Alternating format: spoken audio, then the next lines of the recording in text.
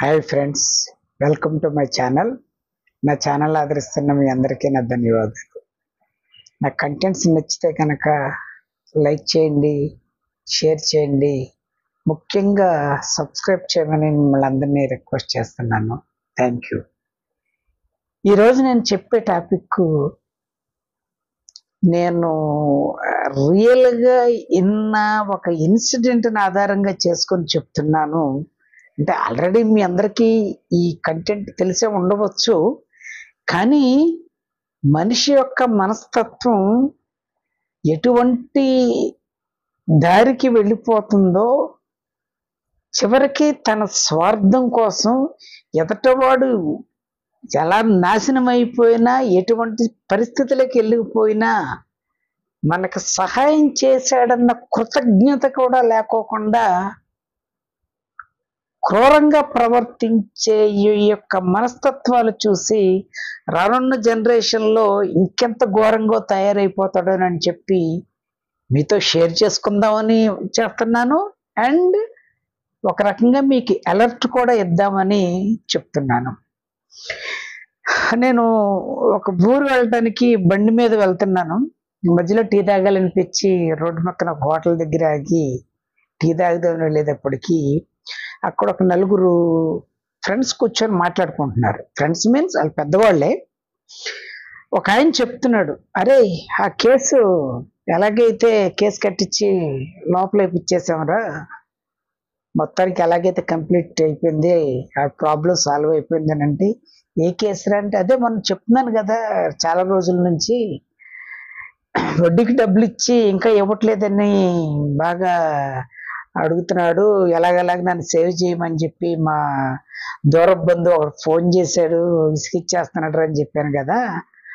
అలాగే గుర్తుకొచ్చిందిరా, ఏం చేసావనంటే, ఏమీ లేదు, సింపుల్, నన్ను రోజు ఎక్కువ వడ్డీకి నాకు డబ్బులు ఇచ్చి నన్ను మానసికంగా శారీరకంగా భయపెడుతున్నాడు. నాకు అతనంటే ప్రాణభయం ఉంది. రోజు అడుగుతుంటే నేను ఇస్తానండి, నాకు దగ్గర కుదిరినప్పుడు ఇస్తానని నేను చెప్తూ ఉన్నా సరే, నేను లేని రోజు నా ఇంటికి వచ్చి నా భార్య మీద నా కూతురు మీద అసభ్యంగా ప్రవర్తించి, మళ్ళా ఈ డబ్బులు గనక ఈ నెలాఖరులో పోవకపోతే మీ ఇద్దరిని నా ఇంటికి తీసుకెళ్ళి ఉంచుకుంటాను అని చెప్పి రాపించానురా కేసు. వెంటనే తీసుకెళ్ళి లోపలేసేసారు. ఇది ఫుల్ హ్యాపీ, అందువల్ల ఇంకా క్లియర్ అయిపోయింది. నెక్స్ట్ నా టార్గెట్ ఏంటంటే, ఆ లోపల ఉన్న వాళ్ళతో మాట్లాడి మళ్ళీ ఎంతో కొంత సెటిల్మెంట్కి వాళ్ళని తీసుకురావాలి, కొంచెం వెయిట్ చేయాలని చెప్పి, సర్లేరా నాకు మరి వాళ్ళు పార్టీ కేసు సక్సెస్ చేసినందుకు నాకు పార్టీ ఇచ్చే కార్యక్రమం ఉందని చెప్పి ఆ పార్టీకి వెళ్ళిపోతానని చెప్పి వాళ్ళ డిస్కషన్స్ వెళ్ళిపోయాడు.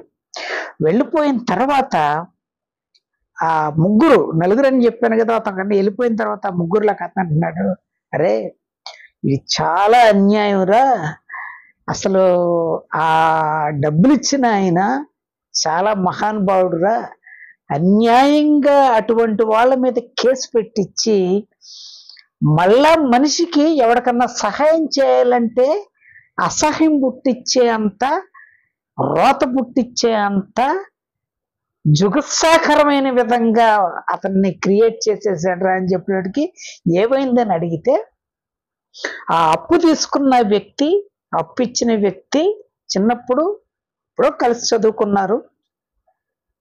ఇద్దరు కలిసి కొంతకాలం ఒక చోట ఉద్యోగం చేశారు. అయితే ఈ అప్పు తీసుకున్న అతనికి ఉద్యోగం మీద కారణాల వల్ల తీసేశారు. తీసేసినందువల్ల అతను ఫైనాన్షియల్గా బ్యాక్గ్రౌండ్ ఏమీ లేదు, ఆల్రెడీ పెళ్ళి అయిపోయింది అతనికి. అయిపోయిన తర్వాత ఇంకా ఫ్యామిలీలో ఇన్కమ్ సోర్సెస్ లేకపోతే ఏ రకంగా ఉంటుందనేది మీ అందరికీ తెలిసిన విషయమే. అలాగే ఫ్యామిలీ గొడవలు అయిపోయి ఇంకా ఫ్యామిలీ చితికిపోద్ది అనే పరిస్థితుల్లో ఇతను ఎంతో మంది దగ్గర ట్రై చేసి వడ్డీకి ఎంత వడ్డీ అయినా కావాలని తిరిగితే ఈ రోజుల్లో ఏ హామీ లేకుండా ఎవరు డబ్బులు ఎవరు కదండి. అలాగే తిరుగుతూ తిరుగుతూ తిరుగుతూ ఉండి చివరికి ఈ అప్పిచ్చిన ఆ పెద్ద మనిషి దగ్గరకు వచ్చి చెప్పుకుంటే, ఓకేరా తప్పనిసరిగా ఇస్తాను, మరి నువ్వు ఏం చేద్దాం అనుకుంటున్నావు అని అంటే, నేను ఒక ట్యాక్సీ కొనుక్కొని సెకండ్ హ్యాండ్ ట్యాక్సీ కొనుక్కొని దాంతో రెంట్కి నేను తిప్పుకొని నీకు నెల వడ్డీ కట్టేస్తాను, నేను కొంచెం పుంజుకున్న తర్వాత నీ అసలు కూడా తెచ్చేస్తానంటే, పర్వాలేదురా ఏం పర్వాలేదు అని చెప్పి డబ్బులు ఇప్పించి కారు కొనిపించి అవి రెంట్కి తిప్పించుకుంటూ ఉంటారు. 1 year వరకు ఇంట్రెస్ట్ అవన్నీ చక్కగా రెగ్యులర్గా కట్టేసేవాడు. ఈలోపు అతనికి ఏమైనా సరే డబ్బు సంపాదించాలి అని లేనప్పుడు పడిన బాధలన్నీ గుర్తుకొచ్చి డే అండ్ నైట్ పాపం కష్టపడి విపరీతమైన డబ్బులు సంపాదిస్తూ తన ఇంట్లో కావలసిన వస్తువులన్నీ మెల్లమెల్లగా ఒక్కొక్క ఐటెం అన్నీ కొనుక్కుంటూ ఏసీలు ఫ్రిడ్జ్లు ఇంకా ఆడవాళ్ళకి నగలని అలాంటివన్నీ మీకు తెలిసిందే కదా, అవి సంపాదించుకునే ప్రయత్నంలో పడి 2-3 సార్లు ఇతనికి ఇంట్రెస్ట్ అవటం లేట్ చేయటం, సర్లే 1-2 సార్లే కదా అతను అడగకపోవటం, అతను అడగకపోయేటప్పటికి వీడికి లేట్ చేసినా పర్వాలేదని చెప్పి వాడు దాన్ని అడ్వాంటేజ్గా తీసుకుంటాం. ఇంకొక సంవత్సరం అయ్యేటప్పటికి వడ్డీ అసలు 6 నెలలకి 3 నెలలకి కడతాం మొదలు పెట్టాడు. ఒకరోజు వాళ్ళు కలుసుకునే చోట కలుసుకొని, అరే మరి నాకు ఈ ఇయర్ ఎండింగ్లో నేను మా అమ్మాయికి పెళ్లి పెట్టుకున్నాను రా, నీకు ఇచ్చిన డబ్బులు కనుక నాకు ఇచ్చేస్తే కనుక నాకు ఉపయోగపడతాయి, మా అమ్మాయి పెళ్లి చేసుకోవాలి, ఇంకా నాకు కూడా అనారోగ్య సమస్యలు వచ్చేసినాయి, నాకు ఒక్కతే కూతురే కదా అని అంటే ఆయన అంటాడు, అయ్యో తప్పనిసరిగా ఇచ్చేస్తాను నేను అని చెప్పి మళ్ళా డిలే చేస్తూ ఉంటాడు. వడ్డీ ఇవ్వలేదు ఏంట్రా అంటే, కొంచెం వేరే ఖర్చులు కారు రిపేర్లు ఇచ్చేస్తున్నాయని చెప్పి సాకులు చెప్తాడు. సరేరా సంవత్సరం లోపల నాకు అసలు ఇచ్చే ముందు నువ్వు వడ్డీ అన్నా ఇచ్చేసాయి, మరి నేను కూడా ఎక్కడో చోట మా ఇంట్లో ఎక్కడో డబ్బులు తీసుకొచ్చి ఇచ్చాను కదా అనేటప్పటికీ అలాగే అని చెప్పి, ఇంకా అతనికి ఎప్పుడైతే ఇన్కమ్ సోర్సెస్ పెరిగినాయో, మనం తీసుకున్నప్పుడు ఎదటి మనిషి దేవుడిలాగా కనిపిస్తాడు, డబ్బులు ఇచ్చేటప్పుడు వాడు దయ్యం కంటే ఘోరంగా ఇంకేదైనా ఉంటే గనక అలాగే కనపడతాం మనిషికి. అలాగా వీడు పొద్దున్న లెగిసినప్పుడు ఇతను గుర్తుకొచ్చినమ్మంటే వీడిని ఎలాగలాగా ఈ అప్పు మనము ఈ సమస్యని మనం క్లియర్ చేసేసుకోవాలి. ఎందుకంటే ఆల్రెడీ నేను వీడికి వడ్డీయే చాలా కట్టేశాను, ఇచ్చే ముందు ఎంత వడ్డీ అయినా కట్టేస్తానని అన్నాడు, తర్వాత వడ్డీయే చాలా కట్టేశాను వీడికి, మళ్ళీ అసలంతా కూడా నేను ఎందుకు ఇవ్వాలి అని చెప్పి ఎలా తప్పించాలని ప్లాన్ చేస్తూ ఉండగా ఇతని వైపు నుంచి ఇంకా నాకు డబ్బులు కావాలని ఒత్తిడి పెరిగిపోయేటప్పటికి ఒకరోజు వెళ్ళి డైరెక్ట్గా, అరే నేను ఇప్పుడే నీకు చాలా వరకు వడ్డీ డబ్బులు ఎక్కువ ఇచ్చేసాను, ఇంకా నా వల్ల కాదు, అసలు కూడా నీకు వాయిదాల రూపంలో ఇస్తాను కానీ ఈ సంవత్సరం ఎండింగ్ లో ఇవ్వడం దగ్గరికి నిశ్చేష్టుడు అయిపోతాడు. ఇదేంట్రా తీసుకునేది ఇప్పుడు నువ్వు ఎలా తీసుకున్నావంటే, ఆ పరిస్థితి వేరురా, అప్పుడు తీసుకున్నాము, అవసరం వచ్చినప్పుడు తీసుకున్నాము, నీకు డబ్బులు వస్తే అవసరం వస్తే నువ్వు అప్పు చేయవా, అప్పు చేయనోడు ఎవడన్నా ఉంటాడా ఈ లోకంలో, నాకు అప్పుడు అవసరమైంది తీసుకున్నాను, నీకు వడ్డీ కట్టేశాను కదా, చాలా వడ్డీ కట్టేశాను కదా అని చెప్పేటానికి, చాలా వడ్డీ అంటే ఎంత కట్టేవారు నువ్వు అని డిస్కషన్ పెడుతుంటే, అరే నీతో నాకు అనవసరం అని చెప్పి మధ్యలో వెళ్ళిపోయేటప్పటికి ఇంటికి వచ్చి జరిగిన విషయం అంతా వాళ్ళ ఇంట్లో చెప్పేటప్పటికి వాళ్ళ భార్య వాళ్ళ కూతురు చాలా షాక్ అయిపోతారు. అదేంటి డాడీ నువ్వు అతడికి లైఫ్ ఇచ్చావు, చనిపోతా ఉండేవాడికి, చివరికి నీ మీద ఇలా రివర్స్ అయ్యాడేంటి డాడీ అంటే, ఏమనమ్మా నాకు అది అర్థం కావట్లేదు అనేటప్పటికి తెల్లారి పొద్దున్న ఈ ఇన్సిడెంట్ జరిగిన రోజు పోలీసు వాళ్ళు రావటం, ఈయన్ని తీసుకెళ్ళి అధిక వడ్డీకి డబ్బులు వసూలు చేసుకొని తర్వాత వాళ్ళ భార్యని వాళ్ళ కూతుర్ని కూడా అసభ్యంగా చేశాడు అని నీ మీద కంప్లైంట్ పెట్టారని చెప్పి అతను ఎన్ని చెప్తున్నా, వాళ్ళ భార్య కూతురు ఎన్ని చెప్తున్నా సరే కంప్లైంట్ వచ్చినప్పుడు తీసుకెళ్ళి పోలీసు వాళ్ళకి తీసుకెళ్ళి పోలీస్ స్టేషన్లో పెట్టి కోర్టులో పెడతాడు, కోర్టు ఆయన జైలు శిక్ష వేసేస్తారు. మై డియర్ ఫ్రెండ్స్, జరిగిన విషయం ఇది. ఈ ఇన్సిడెంట్ జరిగిన తర్వాత నాకు ఏమనిపించిందంటే, ఇటువంటి ఇన్సిడెంట్లు చాలా మనం పేపర్లో చూసాం, కాల్ మనీ అని ఇవని ఏవో పెట్టేసేసి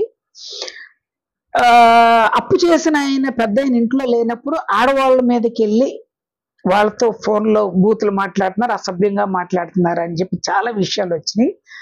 అలా మాట్లాడితే కనుక చాలా తప్పు, చాలా తప్పు. ఎందుకంటే అతను చేసిన దానికి ఇంట్లో ఆడవాళ్ళని అన్యాయంగా అలాంటి మాటలు అనకూడదు, అలాగ చెయ్యరు. కానీ ఈ ఇన్సిడెంట్ జరిగిన తర్వాత నేను ఈ మాటలు ఏవైతే విన్నానో అలా పెట్టిన ఆ ఇన్సిడెంట్ లో అసలు ఎన్ని నిజమైన కేసులు ఎన్ని ఫేక్ అయిన కేసులు అనేది నాకు ఒక అనుమానం వచ్చింది. ఎందుకనంటే నువ్వు వడ్డీ ఎక్కువ అని కేసు పెట్టావు, నీకు ఇష్టమయ్యి తీసుకున్నావు కదా డబ్బులు. నీ దగ్గరికి ఏమన్నా బతులాడు తీసుకొచ్చి ఇచ్చాడా? ఆడు 100 రూపాయలు కాబట్టి 200 రూపాయలు తీసుకుంటాడు, లేదా 2 రూపాయలే తీసుకుంటాడు. లీగల్గా ఇది తప్పే. కానీ మానవత్వంగా వాడు ఇచ్చినప్పుడు వాడి రేట్ ఎంత అని చెప్పినప్పుడు నువ్వు తీసుకున్నప్పుడు నువ్వు తప్పనిసరిగా నువ్వు కట్టగలిగిన స్తోమత ఉంటేనే తీసుకోవాలి. లేదు నీకు ఎగ్గొట్టేద్దామని ఉద్దేశం ఉండి నువ్వు తీసేసుకొని పైగా నువ్వు అంత వడ్డీకి ఎక్కువగా వసూలు చేస్తున్నావు ఆడి మీద నిందేసి ఏ పాపం పుణ్యం ఎరగని ఆ అమ్మ ఆడి సొంత భార్య మీద కూతురు మీద కూడా వాడు వాళ్ళను కూడా ఇలా వాడుకున్నాడంటే మనిషి అసలు ఏ రకంగా తయారవుతున్నారు డబ్బు కోసం. మనము మగవాళ్ళు అంటే తర్వాత సంగతి, భార్య కూతుర్లు కూడా తాకట్టు పెట్టేస్తున్నారంటే చాలా దారుణమైన విషయం కదా, చాలా దారుణమైన విషయం. అండ్ ఆల్రెడీ ఇక్కడ ఆయనకి అప్పిచ్చిన ఆయనకి వాళ్ళ కూతురికి మ్యారేజ్ ఫిక్స్ అయి ఉంది. మరి అవతల మ్యారేజ్ ఫిక్స్ అయి ఉన్న వాళ్ళు ఇతను వడ్డీ డబ్బులు ఇవన్నీ సెకండరీ. వాళ్ళ ఇంటికి వెళ్ళి ఆ అబ్బాయి లేనప్పుడు ఆ అమ్మ వాళ్ళ భార్య మీద కూతురి మీద ఇలాగ అసభ్యంగా ప్రవర్తించాడంట అని చెప్తే ఆ సంబంధం మళ్ళా ఓకే అవుద్దండి? అమ్మాయికి పెళ్ళి అవుద్దా? ఆ అమ్మాయి ఏం పాపం చేసింది, ఈ అబ్బాయి ఏం పాపం వాళ్ళ భార్య ఏం పాపం చేసింది, అసలు ఈయనకి ఏం పాపం చేశాడు? మళ్ళా ఈ సెటిల్మెంట్ చేసే వీళ్ళ వల్ల ఆడి దగ్గర డబ్బులు తీసుకొని కేసు వేయించాడు.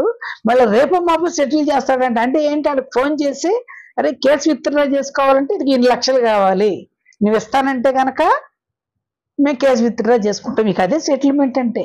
అంటే ఆడికి సహాయం చేసిందే పోయింది, ఆడి డబ్బులు ఇవ్వకపోయిందే పోయింది, వీళ్ళ మీద వీడి చేయింది, ఇతని మీద వాళ్ళతో అసభ్యంగా ప్రవర్తించాడన్న నిందా పడిపోయింది. అలాగని జైల్లో ఎంతకాలం కూర్చుంటారు? జైలు కూడా మరి చట్టం న్యాయం చట్టం ప్రకారం ఆయన వాళ్ళు చేసుకోవాల్సిన రూల్స్ ప్రకారం ఎవిడెన్స్లో చూస్తారు. కానీ ఈ లోపల జరిగిన ఇంటర్వ్యూస్కి వచ్చి చూసే అంత ఇదేం లేదు కదా. వాళ్ళు ఏమనుకుంటారంటే ఎస్ నిజంగానే అతను అడిగాడేమో, అంత వడ్డీ అడిగాడేమో, అందుకోసం వాళ్ళు వేస్తారు, అది కంపల్సరీ. కానీ ఈయన ఎలా నిరూపించుకుంటాడు నేను ఈ తక్కువకే వేసాను అని చెప్పడానికి? పైగా ఆ సెటిల్మెంట్ చేసినోడు దగ్గర సాక్షి సంతకం పెట్టాడంట, ఆ గొడవ జరుగుతున్నప్పుడు నేను ఉన్నాను అని చెప్పి. ఇందాక చెప్పడం మర్చిపోయాను. మరి అంత ఎవిడెన్స్ ఉన్నప్పుడు కోర్టు కంపల్సరీగా నమ్ముద్దు కదా. మరి ఇటువంటి వాళ్ళకి బయటికి రావాలంటే మళ్ళా అతనికి ఎంతో కొంత డబ్బులు ఇచ్చుకొని బయటికి రావాలి కదా. అందుకోసమనే ఈ కంటెంట్ నేను చెప్పడానికి కారణం ఏంటంటే మీరు ఎవరికైనా మీ మీద జాలి కరుణ దయ అటువంటివన్నీ ఎప్పుడు రూపుమాకపోయినాయి, ఎవరికి లేవు, ఎవరి మనసులో లేవు. ఒకవేళ ఉన్నా వాళ్ళ స్థానం వాళ్ళదే, వాళ్ళు పవిత్రంగా ఉన్నారు, వాళ్ళ సహాయం చేయవలసిన చేస్తూనే ఉన్నారు సహాయం. అందుకోసమని మీకు కూడా జాలి కరుణ దయ అటువంటి ఎవరికన్నా పేదవాళ్ళని ఆదుకోవాలంటే డబ్బులు ఇచ్చి ఇంక ఇవి నాకు రావు అని చెప్పి మర్చిపోండి. అంతేగాని పొరపాటున రూపాయి వడ్డీకి కాదు 10 రూపాయలు ఇస్తానన్నా సరే ఎవరికి, ఎస్పెషల్లీ తెలిసిన వాళ్ళకి అస్సలు వద్దు. ఇచ్చారంటే కనుక నీ గోతులో నువ్వు పడిపోయినట్టే. నీ క్యారెక్టర్ అసాసినేషన్ చేస్తారు, నీ ఇంట్లో వాళ్ళు క్యారెక్టర్ అసాసినేషన్ చేస్తారు. వాడి ఫ్యామిలీ ఏదైవుద్దా అని చెప్పి నువ్వు ఆలోచించి పాపం నువ్వు డబ్బులు ఇచ్చి కారు కొనిపెట్టి వాడు లైఫ్ సెటిల్ చేస్తే నీ ఫ్యామిలీ ఏమవుద్దానని ఆలోచించుకోకుండా మ్యారేజ్ ఫిక్స్ అయిన ఫ్యామిలీ మీద కూడా ఇంత నింద చేశాడంటే మనిషి ఇంతకంటే ఘోరంగా ప్రవర్తించే సిచ్యువేషన్ ఇంకా ఏది ఉండదు. ఎందుకంటే చంపేస్తే 1 రోజుతో చచ్చిపోతారు, ఆ తర్వాత సంగతి వాళ్ళు వెళ్ళి జైల్లో కూర్చుంటాడు. కానీ ఇది నిత్యం నరకం. వాళ్ళు బతుకున్నంత కాలం వాళ్ళ కూతురికి పెళ్ళి అయ్యే వరకు, అయిన తర్వాత ఏదో ఒక రోజు నేను ఇలాగ చెయ్యకపోయినా తెలుద్దామోనని దినదినగండంగా అతను భారంగా గడుపుతూనే ఉండాలి. కాబట్టి ఇది జస్ట్ ఒక ఇన్సిడెంట్, చాలా విషయాలు జరుగుతున్నాయి. కాబట్టి ఎస్పెషల్లీ డబ్బు విషయంలో ఫ్రెండ్షిప్లు, తెలిసిన వాళ్ళు అలాంటి విషయాలు పెట్టి నువ్వు సహాయం చేస్తే డబ్బులు, అంతేగాని అప్పు ఇచ్చావంటే గనక నువ్వు శత్రువు అయిపోతావు. అందుకే ఈ కంటెంట్ చేశాను. ఇది మీ అందరికీ తెలిసిందే కదా, మళ్ళీ ఇందులో కొత్తది ఏముంది అని అనుకోవచ్చు. రియల్గా ఫేస్ చేస్తున్నవాడి బాధ ఎలా ఉంటుంది అన్నది తెలుసుకోవాలనే ఉద్దేశం మీద చేశాను. నా కంటెంట్ నచ్చితే ఇటువంటి విధంగా డబ్బులు ఇచ్చి మానసిక క్షోభను అనుభవిస్తున్న వాళ్ళకి షేర్ చేయండి. వాళ్ళు ఇంకా అవి రావు అనుకొని సెటిల్ అయిపోతారు, లేదు లీగల్గా కోర్టు ద్వారా వెళ్ళి సంపాదించుకోవాలని ఆలోచించుకుంటారు. తర్వాత సంగతి ఈ క్యారెక్టర్ అసోసియేషన్ అనే ఇన్సిడెంట్స్ నుంచి తప్పించుకోవటానికి మాత్రం ప్రయత్నం చేస్తారు. తప్పనిసరిగా ఈ వీడియోని షేర్ చేయమని మరొక్కసారి రిక్వెస్ట్ చేస్తున్నాను. Thank you very much.